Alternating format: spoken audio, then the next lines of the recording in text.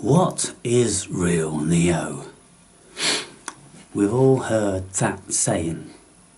We've all heard that question posed. And for millennia, a myriad of intellectuals have attempted to seek out the meaning of real. But when we look at that word or the concept, and if we decided to look in a dictionary to see what that word meant, then we would discern that it just meant other words. So if we were to look up real, then it would say something like something that's tangible, something that's substantial, something that appears to be in existence. It would say all these sort of things, and you know, we could go on and on and on forever. But you know, as to defining the concept of real, it's impossible. It's impossible to define the concept of anything. If we look at Plato's hypothesis, then he considered that real was ideas. That was the only thing that was real. Anything else wasn't real. Only the idea of that was real. And I'm quite an adherent of the philosophy of idealism, which theorizes that everything is in mind, and so therefore everything is an idea, and there is nothing tangible. And then that fits very nicely with quantum physics, with the no matter. And you see, the reason I'm making this video is because one long-term viewer has asked me to be more specific about what I mean when I speak about real. But then of course we get into a difficult lexiconic, semantic, syntaxial variety of conundrum, whereby it all depends on what context we're speaking about. So we have to then qualify the context to every single time we speak about real. But the thing is, most people, unless they are philosophically inclined, will just accept a certain level of reality. Now, the 1650s French philosopher René Descartes, he broached this problem on one occasion, and he started by sitting down and contemplating on all the things that he could dismiss as not being real. And having done this for several hours, sitting by the fireplace in the 1600s, can you imagine? He discerned that the only thing, in actual fact, that he couldn't discount was the fact that there was something thinking. And so he concluded that experiment with the famous one-liner, I think, therefore I am. And so he discerned that, well, because there's something thinking, therefore something must be true, something must be real. But then Eastern philosophy takes it even further, and then they say, well, it's not when you think that you are, it's when you don't think, that's when you become. It's kind of like, wow, where can I find the veracity of that? You find it in meditation. Or you find it when you have dissociated from your ego. When the ego is no longer thinking and there are absolutely no thoughts. We can find this sometimes in psychedelic experiences. We can find it in deep meditation. And I would think there's quite a lot of other realms of consciousness where we can find this. And when we do that, we have a level of awareness. There's no thinking, because thinking pertains to thoughts and things and ideas. But in the deepest of meditations, and in supernatural being outside of the natural, when you're in those realms and you are just observing with the eyes, and you don't know what anything is, nothing means anything to you, it's just an isness. No internal dialogue, no ideas, no words. And so that's the truer definition of what we're looking for here, what is real. You see, there's nobody that's ever gone beyond that and then laid claim to another level of reality. Many people have apparently died, their bodies, or at least their hearts, have stopped functioning, and so it's reasonable to assume at this level of our technical know-how in relation to once the heart stops then the body's dead. But we don't know how long the brain continues to function for, because the heart just pumps the blood and the oxygen around. So if the heart stops and the machine flatlines, then doctors by now, they know not to like, oh okay, you know, pack up shop and go home. No, they hang around, because the heart is known to start back up again, or they can be resuscitated. But after about 3 minutes, in most cases, the oxygen depletion in the brain causes permanent damage. But there has been other occasions when people have fell into very, very cold water, and it's effectively like antifreeze, and it's froze them. And so the bodies just absolutely closed down to a bare minimum and stopped using the oxygen. So there, the brain was preserved. It didn't decay through lack of oxygen, because it didn't need oxygen. It just froze.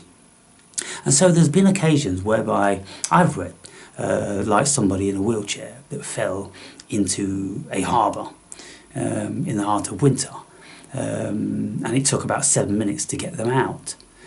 They survived and they were perfectly functional. And so, you know, things like that can happen. But just like Morpheus asks Neo in The Matrix, what is real? Well, how do we want to define that? There's so many levels of defining that, and I'm very often speaking pretty well in layperson's terms as what is real, because in most of my discourses I would lose most people in any case. And you can't keep making disclaimers as to exactly what you mean by all of these concepts. And so, if anybody's got these questions, then I will just point them in the direction of my book, which is called Closer to God, and it's by Aaron Berry. That's what this thing's called by some people at this moment in time. It hasn't always been the case, and it probably won't always be that way. And not everybody calls that. Some people don't even know that. They call me many other things. Just a concept again. And so you can find that book on Amazon. And if you live outside of most prominent European countries in the United States, you may struggle to find it listing to an outlet near you. And if that's the case and you want a copy, I have several here. I can send you one. But in that book, I go through all of these things, and I'm very, very pedantic about the concepts that we use, and I will investigate many concepts so the reader can be as clear as anyone can when deciphering what it is that I'm saying, because we have all read books when people are speaking esoteric and they're not being clear about what they mean. And so that's very annoying, because the esoteric stuff is difficult to comprehend without the author not being clear about the words that they're using. So, you know, I took a leaf out of like Sigmund Freud's book because as far as I'm concerned, he was the one which was the most explicit in his skill of explanation. There was never an occasion when I read his stuff, which is complex of course, that I didn't follow what he'd said or was inferring or trying to convey, because even though he was writing for an educated fraternity and mostly psychoanalysts, he still had to be sure that everybody knew what he was inferring. And so then when he started to write books for a broader realm, i.e. educated public, then again he had, you know, very acute emphasis on the explanation. And so, yeah, well, what is real? I don't know what real is. I don't know what anything is. Nobody knows anything. And when we do a good deal of research into whatever field it is, we very, very quickly come to impasses. And it's remarkable, considering the human being has been on this planet in its present form for reputedly 1.5 million years. It's only been the last 100 years that we've come close to knowing anything. And, you know, just look at what we've done in the last 150 years. Combustion engines, jet engines, rockets, all different sorts of varieties of computer and fibre optics and, you know, radio communication and just the sonar, and just there's a lot of stuff that we've done in the last 150 years. Before that was in the fucking Dark Ages. Fucking steam engines and shit like that, you know. And it's so, but you know, I've read a lot of philosophy and a lot of stuff about a lot of topics, and I've never found any categorical truth. So that's why I always maintain that truth is just a concept, the same as anything else. And the closest I've ever come to finding truth is my subjective truth. And of course, that's the closest any of us will ever come. We will never know truth, even if you read, you know, the greatest philosophers and scientists on the planet, and you consider that to be true. Well, you don't know it's true. You're just taking someone's word for it, or you're just inferring that it is, or you're being beguiled that it is. You don't know the truth of it, do you? I mean, it's things like, you know, light travels at 183,400,000 miles a second. Do you know that's true? Do I? No. And the thing is, what we do know from reading scientific books is that that figure has changed at least 3 times in several hundred years. And so, premised on that, it has every likelihood that it will change again. And so then we'll ask ourselves, well, where was the truth there? Everybody spouted off. You see, you ask, what's the speed of light to, you know, lots of educated people, and blah, blah, blah, blah, blah, blah. You know, as if like everybody knows that. But then I always ask people, well, how do you know that? Oh, everybody knows it. How does everybody know it? Because one person said it, and you believe them. What's the proof? Where's the efficacy? Where's the veracity? So you don't know, do you? Why don't you just say then what else some people say? You know, Oasis wrote a song about that, didn't they? Some may say, the sunshine follows thunder. Go and tell it to the man who cannot shine. Yeah, wise words. And so, what is true, Neo? Nothing's true. What is real? Nothing's real. And if you want something to be real, then that's your prerogative. So, you know, one viewer says, look, something is real. It's a bit like, René Descartes finalised that something must be real because something's thinking. But then the Buddhists say, no, Descartes, you're wrong, because we've been thinking for thousands of years, even before you were twinkling in your mama's eye, that it's not when you think. That's when you are, because you can't break that down any further. So if anything's real, as far as the human being is concerned, then it's awareness. Awareness is real. We can't get out of awareness. Even when we are unconscious, there's something that's aware, because there's something that keeps ticking the heart and pumping the blood and doing all that shit.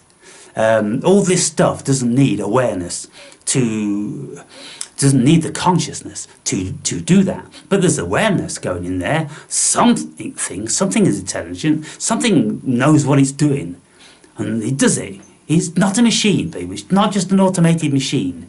There's conscious, there's spirit, there's life. What is that? Well, who knows? It makes manifest in many different forms, doesn't it?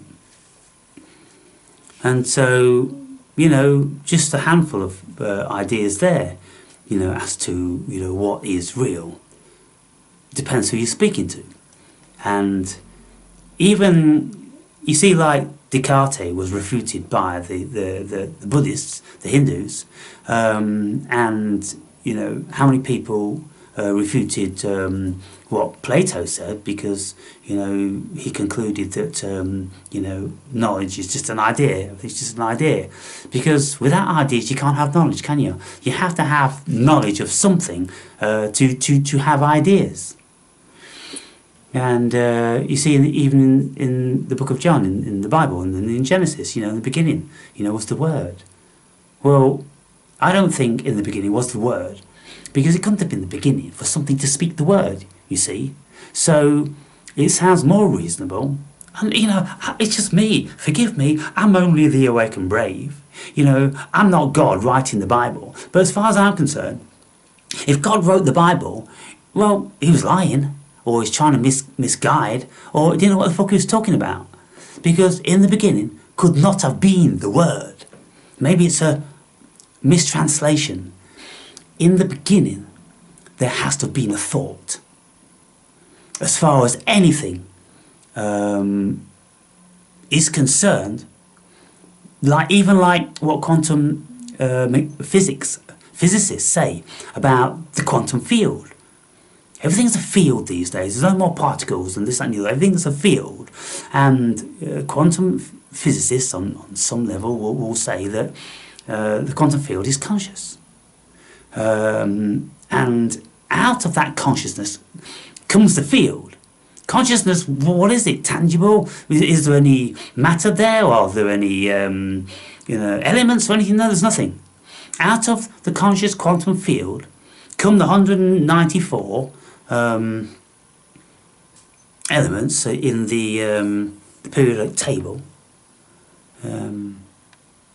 Is it 194 or is it 94?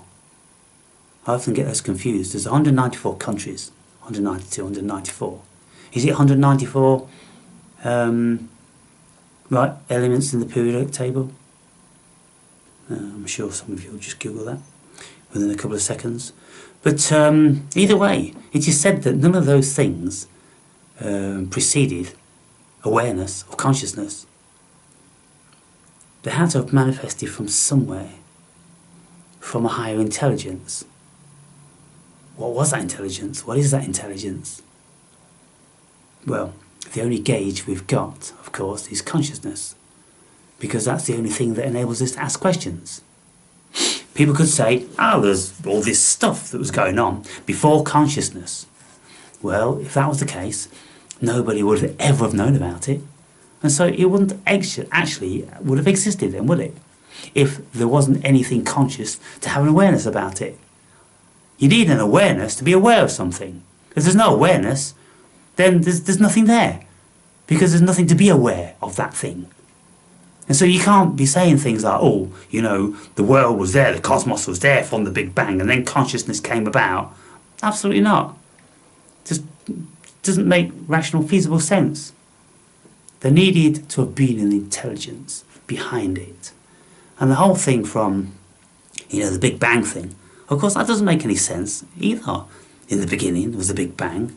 Well, fucking, what did it bang out of? What did it bang into? And what the fuck was it that went bang?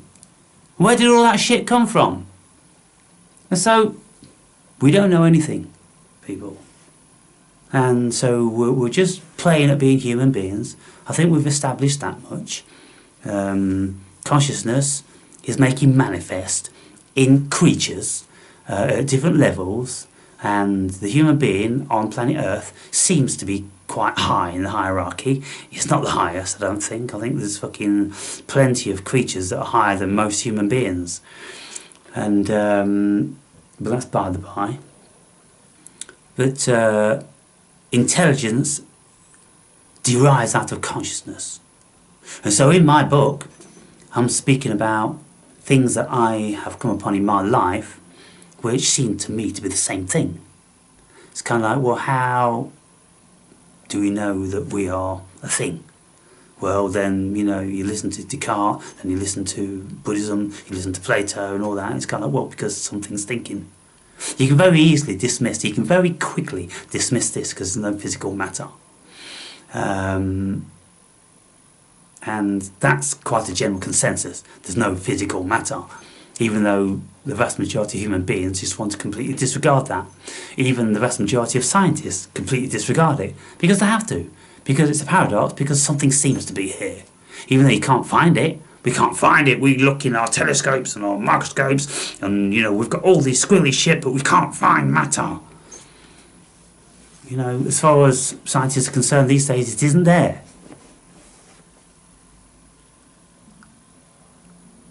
So what do you do about that? We seem to be here. But then, when your consciousness goes unconscious, and it goes offline, and you enter a sleep state, well, stuff's going on, isn't it? We call them dreams. And then when we are experiencing these dreams, we swear they're real. And all different sorts of shit that goes on that has us waking up in a flash, terrified and sweating, and, maybe sexually amorous, all different sorts of things.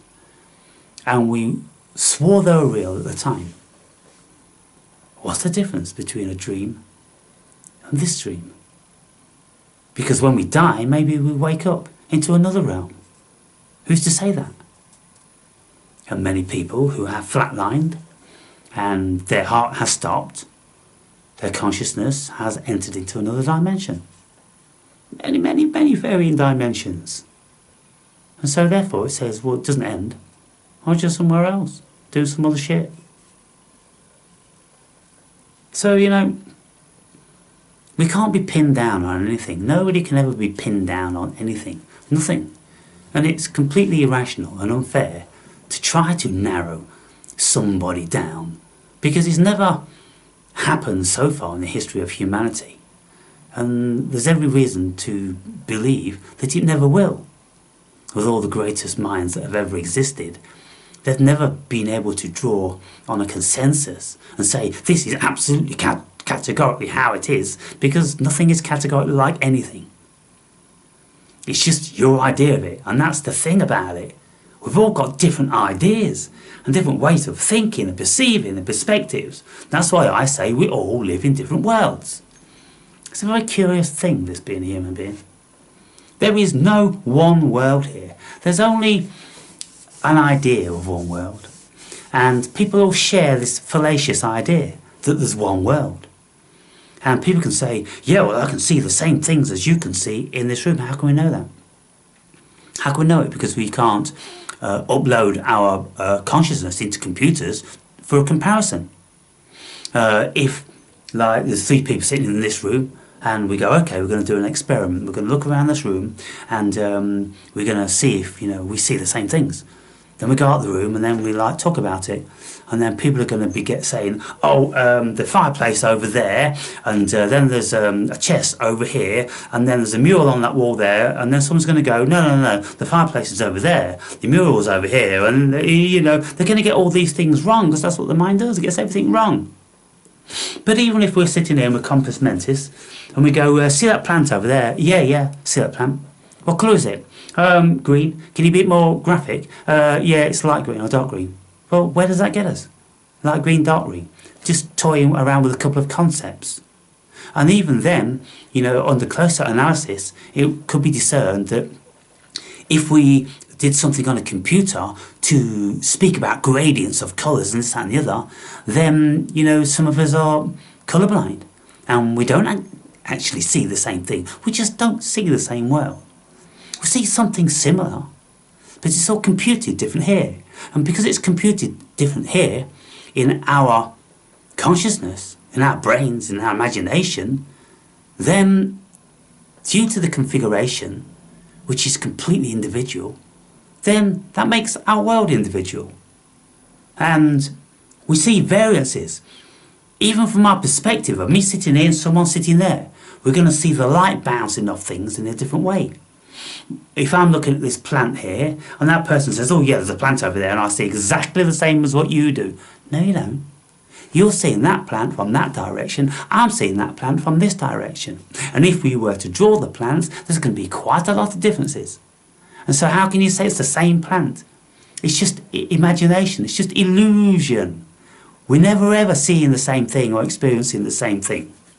It's not possible, because we all live in our own individuated worlds.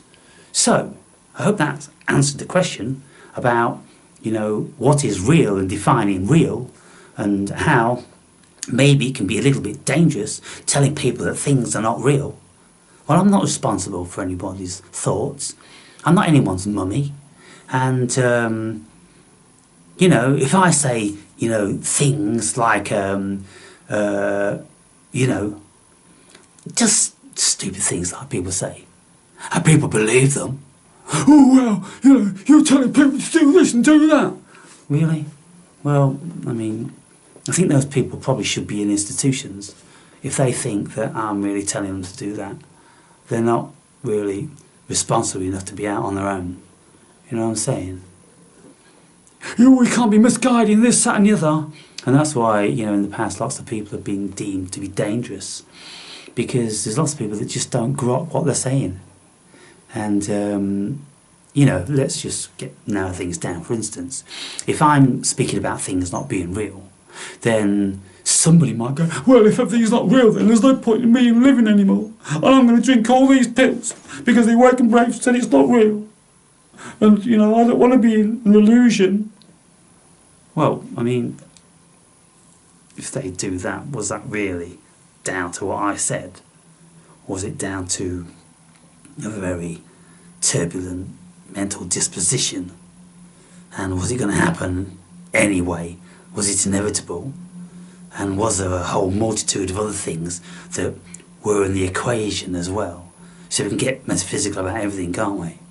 And so, I'm hoping that mature people with quite a lot of intelligence are watching my videos, and so they'll have a level mind, and they can be able to rationalise what I say. But I'm not going to cater for those that can't. I'm not going to be catering for if anybody falls on my video and they're like, oh, what do I can buy this time? I'm not responsible for that. Anyway, I think I've said my bit. Enjoy the rest of your day.